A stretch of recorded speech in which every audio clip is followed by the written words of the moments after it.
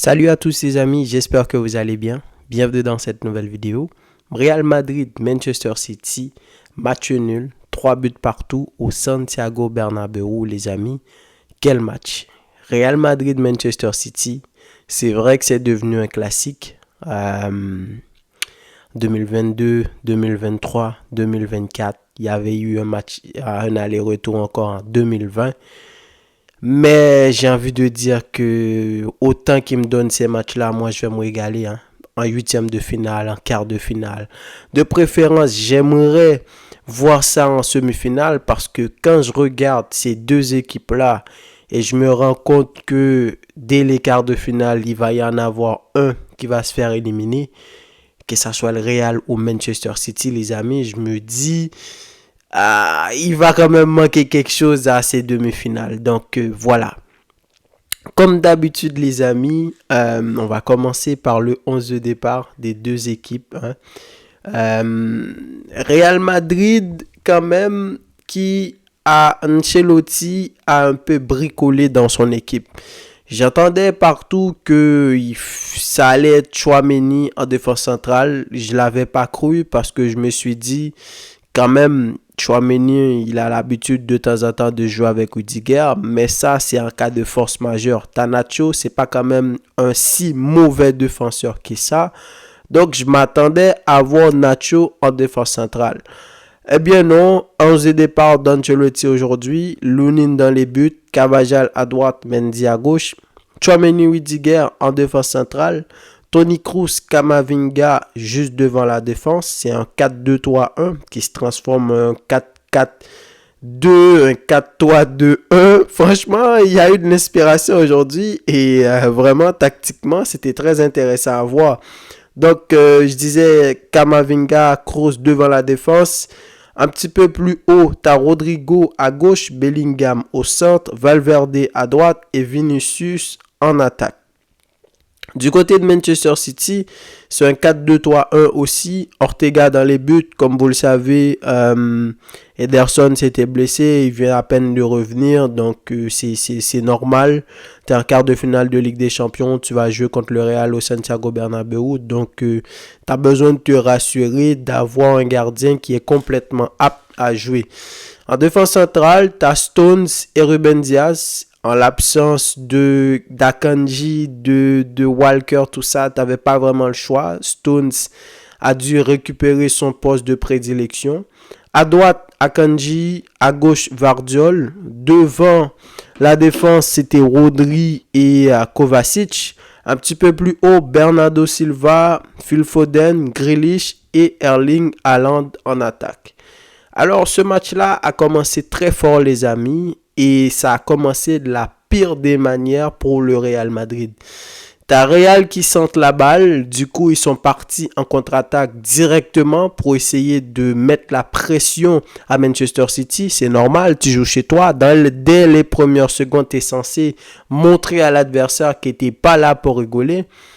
Malheureusement pour eux, ils ont perdu le ballon. City est tout à coup parti en contre avec un Grealish qui s'est retrouvé en 1 contre 1 avec Tchouaméni. Tchouaméni qui n'a pas eu le choix. Donc, il a fait faute. Coup franc pour Manchester City. Donc, dès les premières minutes, tu as Tchouaméni qui était sur le coup d'une suspension en cas de carton jaune. Donc, il se fait prendre un carton malgré lui parce que vraiment, il était le dernier rempart. Quasiment le dernier rempart, il n'avait pas vraiment le choix. Oui, Rudiger était pas trop loin de l'autre côté, mais je me dis, la façon dont Grealish part, c'était vraiment direct pour aller en 1 contre 1 contre le Nîmes. Donc, ça donne un coup au moral. Tu as ton joueur qui sait maintenant qu'il ne va pas être là pour le match retour, ce qu'il ne voulait pas. Et coup franc derrière, tu as Bernardo Silva qui donne une inspiration, qui marque son but. Bernardo Silva, les amis, contre le Real, il est toujours excellent. Je pense qu'à chaque année, dans les doubles confrontations, il marque. Il a marqué dans le 4-3. Dans le 4-3, c'était en 2022, au match aller, quand City avait gagné 4-3, il avait marqué. L'année passée, il avait marqué. Cette année, déjà, le premier match, il a marqué. Très beau but de sa part et surtout un excellent match. Donc en première minute, Real après un carton, Tchouaméni suspendu et Manchester City mène 1-0. Donc qui dit City qui vient chez toi, qui te met un but et qui sait que là maintenant tu n'auras pas d'autre choix que de te découvrir. Donc ça allait être compliqué et c'est là encore qu'il faut respecter cette équipe-là du Real Madrid. Franchement, le mental qu'ils ont, les amis, c'est tellement récurrent, je vois ça tellement souvent qu'à un moment donné, je me dis, bon voilà, je regarde le Real, mais j'attends la fin du match avant d'avoir mon analyse. Alors, quelques minutes plus tard, égalisation sur une action de Camavinga. Camavinga qui a ses percussions dont il en a l'habitude au milieu de terrain. On sait que ça va vite. Les contrôles de balle, tout ça, il va très vite. Donc, 2, 3, 4 contrôles. Il essaie une frappe parce qu'il y avait de l'espace. Contré sur Ruben Dias parce que la frappe était pas cadrée, il faut le dire. Et du coup, ça a trompé Ortega. Évidemment, à 1 contre 1, Real est transcendé. Un but partout, Real est transcendé. Donc, quelques minutes plus tard, sur une action individuelle, Vinicius qui lance Rodrigo qui part et du coup qui va marquer encore un but contré. C'est à quoi que non seulement le Real, ils ont cette habitude-là de revenir au score là où personne ne les attendait, et surtout, tu as l'impression que c'est comme ça. C'est parce que même la nature, tu as l'impression que la nature est avec eux. Cette frappe de Camavinga, il n'y a pas but, les gars. Ce but de Rodrigo, même s'il faut saluer le déplacement parce que cette histoire de Rodrigo et Vinicius en associé, ils sont tous les deux associés sur ce côté-là pour saccager Akanji, ça a fonctionné à merveille. Mais même là, tu te dis, il part à toute vitesse, Akanji a le temps de revenir et là en 1 contre 1, il tire et c'est contré, la balle va directement dans les buts. Donc, première période, excellent les amis. Tu as un Manchester City qui avait marqué très tôt dans le match. On pensait que Manchester City avait avoir le monopole, même si ils ont eu la balle en première période. Faut pas se mentir, je pense même pas que Real ait atteint les 40% de possession. Mais c'est Real, c'est leur jeu, c'est ça qu'ils aiment. Ils sont pas là pour dominer des équipes comme Manchester City. Ils sont là pour être efficaces. D'abord, en parlant d'efficacité, ils ont manqué un peu d'efficacité parce que en première mi-temps, je me dis, autant au début du match, je pensais que ça allait être chaud pour eux. Mais jusqu'à la fin de la première mi-temps, ils auraient dû au moins marquer minimum 3 buts contre Manchester City.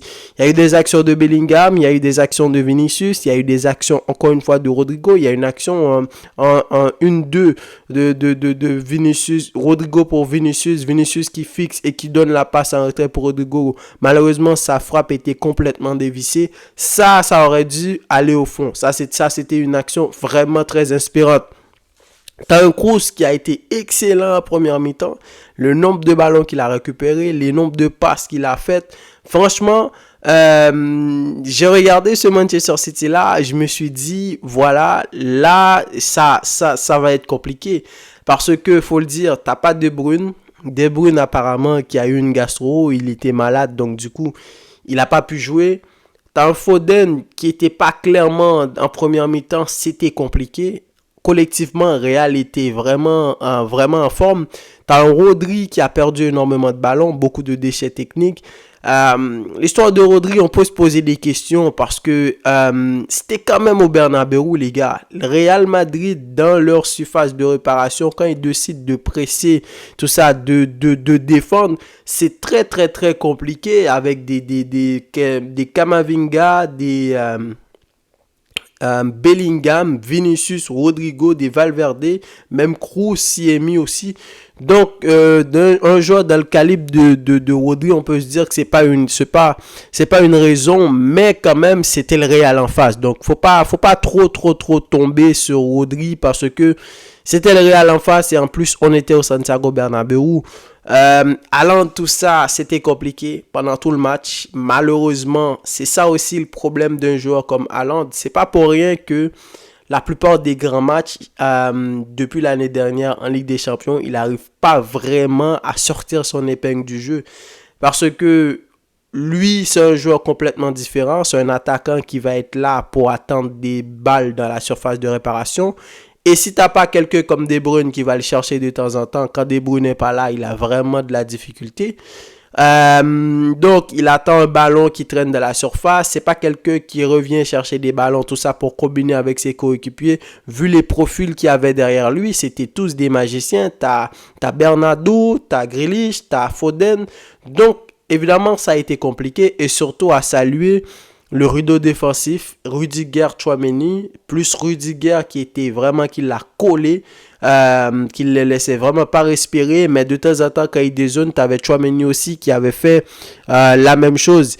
Manchester City en défense, ça a été vraiment, j'ai trouvé ce City-là très faible. Ça me rappelle un peu le City de ces dernières années. Ouais, ce City qui s'était fait éliminer par... est-ce que c'était par Lyon ou par Leipzig? Peut-être les deux, je me rappelle. T'as un City qui joue bien dans les conduites de balles, tout ça, qui ont du mal à attaquer, à avoir des vraies actions dangereuses. Mais quand le Real décide de partir en compte, c'était compliqué.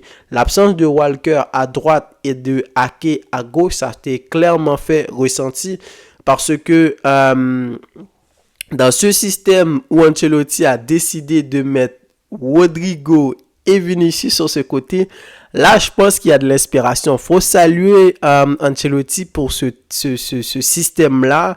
Je pense que là, il a clairement exploité les meilleurs de ses joueurs. Le meilleur de ses joueurs parce que Rodrigo et Vinicius, ils sont tellement complémentaires que à un moment donné, tu vois que c'est Rodrigo qui est plus en avant. Parfois, c'est Vinicius qui est plus en avant. À eux deux, ils peuvent partir avec deux passes. Un qui revient au milieu, qui lance l'autre. Et avec leur vitesse, leur capacité de dribble, ils sont capables de partir de très loin et aller te poser des problèmes. City l'a senti passer. Akanji sur le côté, c'était compliqué. Malgré à gauche, c'était Vardiol. Vardiol aussi, c'est pas clairement un gars qui est très très très solide. Même si le côté droit du Real, avant la montée de Brahim Diaz, c'était pas pareil. Mais t'avais Carvajal qui était quand même à l'aise sur ce côté-là. Donc, première période assez compliquée pour Manchester City et Real qui peut avoir des regrets pour ne pas avoir marqué au moins un minimum de 3 buts et comme ça, ils auraient été beaucoup plus à l'aise en seconde mi-temps. En seconde mi-temps, ça a changé. City, c'est ça aussi. D'un côté, tu as un Real Madrid qui sait de quoi ils sont capables, qui n'ont pas de complexe d'infériorité par rapport à Manchester City. Ils savent que City est meilleur que balle au pied, techniquement, physiquement, partout dans le compartiment du jeu. Mais eux, ils ont un jeu collectif, un jeu défensif, un jeu de transition et de contre-attaque dans laquelle ils sont bons et ils ont exploité ce qu'ils ont à exploiter. Mais de l'autre côté, tu as Manchester City aussi qui va rester fidèle à leur jeu. En deuxième mi-temps, c'est ce qu'ils ont fait. Un excellent but de Foden. Grosse frappe pleine lucarne. Alors aujourd'hui, Lunin, on peut pas vraiment le critiquer parce que c'était tous des gros buts. Peut-être le coup franc, mais le coup franc, c'était plus de l'inspiration. Franchement, personne s'attendait à ce que Bernardo il aille directement comme ça. Donc, je pense que c'est ça qui l'a trompé. Il n'a pas les bras longs comme un Thibaut Courtois, même s'il est allé chercher la balle. Ensuite, tu as un excellent but de Vardiol. Vardiol, il paraît que c'est son premier but avec Manchester City. Alors, il sait choisir son moment. Quart de finale à l'extérieur Santiago Bernabéu. Très grosse frappe. Ça non plus, il n'est pas capable d'aller chercher. Donc, en deuxième mi-temps, City était mieux. Même si je continue à voir les failles de cette défense-là, parce que à un moment donné, quand City commence à attaquer, tu te retrouves avec seulement Ruben Diaz en défense centrale.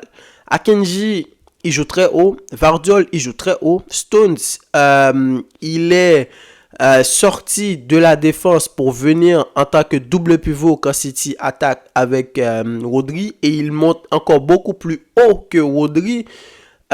Du coup, tu te retrouves avec Kovacic qui dézone, qui va plus sur le côté gauche pour accompagner Grealish. C'est clairement à chaque côté, City avait 3 gars qui attaquaient. À gauche, tu avais Grealish, tu avais Vardiol, tu avais Kovacic. À droite, tu avais Bernardo, tu avais Akanji et t'avais Stones qui dézonnait un petit peu. Et voilà, donc T'avais Foden aussi qui dézonnait un petit peu pour ce côté-là. Donc, du coup, ça faisait en sorte qu'en transition rapide, c'est normal que le Real a pu surprendre Manchester City. Même si tu peux le voir sur le terrain que si tu pars en contre-attaque, ça va être très dangereux. Mais il faut d'abord prendre la balle à Manchester City. C'est ça le plus compliqué. Bernardo Silva, un excellent match de sa part. Comme je vous l'ai dit, contre le Real Madrid, il est excellent. Grealish, c'était un très bon match aussi.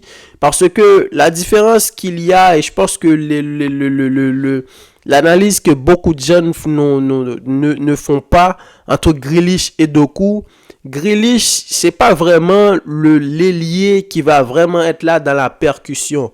Ça ne veut pas dire qu'un Doku aurait été meilleur que Grealish. Parce que je pense dans ce match-là, en quart de finale, tu as quelqu'un quand même expérimenté en face qui est Carvajal, qui sait ce que c'est dans ses grands rendez-vous. Si tu avais mis un Doku pour la folie, tout ça, je pense que Carvajal aurait très bien pu le mettre dans ses poches. Faut pas s'attendre parce que le gars, il a beaucoup de vitesse, il va commencer à dribbler tout ça. Dans ce genre de match-là, ça te demande de la maturité, de la précision et le jeu de Grealish qui est tellement excellent. T'as l'impression quand il a la balle, il traîne, il fixe, il traîne, mais tout ça, c'est très bien calculé. Le premier but, c'est lui qui est parti, ils ont fait faute sur lui. Le troisième but, la passe pour Vardiol, c'est lui sur le côté qui fixe Carvajal. Du coup, ça permet à quelqu'un comme Foden de s'intercaler dans la surface, à Vardiol de venir, à Kovacic de rentrer. Il sait comment trouver ses coéquipiers. De temps en temps, il est capable de te fixer et partir sur le côté, centrer avec son pied gauche pour Haaland qui pourrait avoir des occasions, même si ça a été beaucoup plus compliqué. Mais c'est ça le jeu, c'est dans l'équilibre, c'est pas être là dans la précipitation, aller tout ça, essayer de partir en contre-attaque, c'est vraiment pas ça le jeu de City. Et moi j'ai trouvé que Grealish, il a fait un très bon match, hein. C'était pas si excellent que ça, on se dit qu'il aurait pu faire mieux, mais aussi s'il avait eu un peu de réussite en première mi-temps, je me rappelle pas, ou si c'est en deuxième mi-temps, il aurait pu marquer un but. Mais malheureusement pour lui et heureusement la défense du Real, ils ont été costauds quand il fallait. Très bon match de sa part. Foden qui a réussi en deuxième mi-temps quand même à élever un peu le niveau. Il a marqué un excellent but. Malheureusement pour lui, il est sorti sur blessure. Ça n'a pas l'air d'être grave. Donc du coup, Guardiola a fait le seul changement qu'il a pu faire dans ce match-là pour faire monter Julian Alvarez. Donc voilà, City... Globalement, dans ce match-là, tu dis un match nul 3-3. C'est vraiment le Real qui doit avoir des regrets. Parce que ce Manchester City-là, autant ils ont été supérieurs au Real, tu peux pas contrecarrer City comme ça dans 90 minutes. C'est pour ça que le Real a un peu diminué en seconde mi-temps. Et voilà. Mais dans les transitions rapides, défensivement, c'est vraiment une équipe prenable. Et ça m'amène à me dire que c'est clairement pas la même chose que l'année dernière, hein. Tu avais une équipe solide en défense, donc j'espère que Real City pourra récupérer au moins Walker ou Wake, peu importe l'un des deux. S'il récupère un des deux, ça va être excellent, mais sinon ça va être un peu compliqué. Ancelotti, après le troisième but de Manchester City, qui a fait un double changement et ça a complètement changé les dernières 15 minutes pour le Real. Il a sorti Kroos qui faisait pas un mauvais match. Il a fait monter Modric. Et ensuite, il a sorti Rodrigo pour faire monter Brahim Diaz. Donc là, à ce moment-là, tu as Valverde qui recule d'un cran pour venir accompagner Camavinga en défense centrale, Camavinga au milieu de terrain, en tant que double pivot. Même si balle au pied, Modric c'est vraiment un électron libre. Parfois il revient devant la défense aussi pour récupérer, mais il t'amène cette justesse technique là. Il est beaucoup plus en avant, il joue beaucoup plus haut que Kroos. Donc du coup, ça t'amène ça te fait voir un Real Madrid maintenant qui a décidé d'attaquer. Et Brahim Diaz qui est parti maintenant sur le côté. Donc t'as Vinicius qui est à gauche, t'as Brahim Diaz qui est à droite, t'as Bellingham qui revient derrière eux en tant qu'un électron libre aussi pour apporter le surnombre. Et d'ailleurs, il a eu quelques occasions. Parfois, il y a eu des fautes que, bon, peut-être on pourrait dire que l'arbitre aurait pu siffler ou quoi que ce soit. Et il a récupéré un ballon aussi, Bellingham, où il a fait un double crochet sur Bernardo, je crois. Il a tiré, malheureusement, c'était en début de seconde période, je crois. Malheureusement, ça n'a pas été cadré et ça aurait pu aller dedans. Donc, après ces changements-là, Real a pris le jeu à leur compte aussi. Ils sont devenus beaucoup plus dangereux. Et là, sur une action, tu as une passe de Vinicius pour Valverde qui nous met une des grosses frappes dont il en a les secrets. Autant pour Vadiol, j'ai été surpris, mais pour Valverde, c'est vrai que ça reste beau, ça reste excellent, mais je suis tellement habitué avec ces grosses frappes de Valverde, tout ça, il en a l'habitude, c'est sa marque de fabrique. Et très beau but de sa part. Donc, c'est rendu à 3-3. Donc, à la fin du match, je m'attendais à ce que Real y mette peut-être un autre but parce que c'était possible. Je vous l'ai dit, quand le Real décide d'élever le niveau et quand c'est les 90e minutes de jeu, ils savent qu'ils peuvent le faire. Donc, ils sont redoutables pour n'importe quelle équipe en Europe. Résultat final, 3 buts partout. City qui s'en sort bien. Malheureusement pour le Real, Tchouaméni a pris un carton jaune, donc il ne pourra pas être là. Mais la bonne chose aussi, c'est que Camavinga n'a pas pris de jaune. Vinicius, Ancelotti l'a fait sortir à un moment donné pour monter Joselu parce qu'il a compris que là maintenant, il faut jouer le match nul. On ne sait jamais non plus avec Joselu, il peut peut-être te mettre une tête en fin de match. Donc du coup, tu arrives à conserver Vinicius pour le match prochain. Bellingham n'a pas pris de carton, donc il n'est pas suspendu pour le prochain match. J'avais de dire que tout va se jouer au match retour. Et contrairement à l'année dernière, je pense que ce match retour-là, encore une fois, ça va être compliqué. Oui, à l'Etihad, ça va être compliqué. Manchester City, chez eux, ils sont imprenables. Les équipes qui viennent là-bas, ils prennent tout le temps 3 buts minimum. 3 buts minimum, donc il faudra que les Real aussi arrivent à marquer 3 buts. Mais cette défense de City là, la façon dont ils ont joué aujourd'hui, je pense que avec un match nul, si Real arrive dans un état d'esprit où ils vont essayer d'attendre City, de temps en temps opérer en contre-attaque, ils peuvent poser problème à City parce que en 2022, c'est ce qu'ils avaient fait, même s'ils avaient perdu 4-3. Mais je me souviens d'une action où Vinicius est parti sur Fernandinho.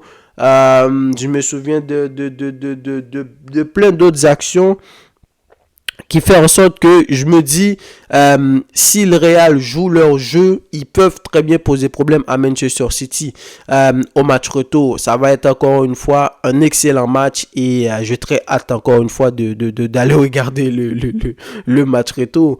Alors les amis, dites-moi qu'est-ce que vous en avez pensé. Franchement, ce match-là, une soirée de Ligue des Champions où tu as 10 buts, 6 d'un côté et 4 de l'autre côté.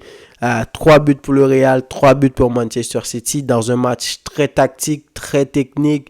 Une grosse volume de jeu des deux côtés. Un Real Madrid qui sait comment se transcender dans ce genre de soirée-là. Et voilà, très très très très très beau match. Donc n'hésitez pas à me dire qu'est-ce que vous en avez pensé dans ce match-là. Et quant à moi, je vous dis à demain pour le débrief du Paris Saint-Germain contre le FC Barcelone. Salut.